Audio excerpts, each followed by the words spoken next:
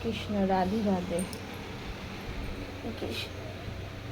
কালকে সব চুলগুলোকে ধুয়ে দিয়েছিলাম, সব পরিষ্কার করেছি কালকে। চলো বাবু, ও বাবু, ওঠো ওঠো ওঠো, সোনা বাবুরা ওঠো ওঠো বাবা, ওঠো ওঠো। আজকে বৈশাখ মাস চলে যাচ্ছে, আবার 1 বছর ধরে বৈশাখ মাসের জন্য অপেক্ষা করতে হবে। কত সুন্দর মাস। দেখো আমার বাবু সোনাদের কালকে সব পরিষ্কার করেছি।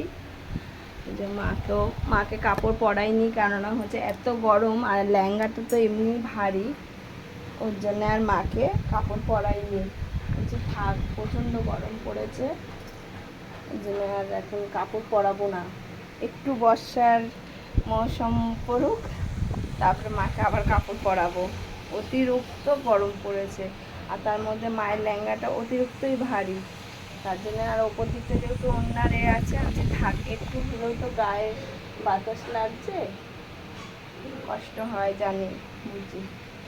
চলো সারাদিন কী কী করছি তোমাদের সাথে সব শেয়ার করি।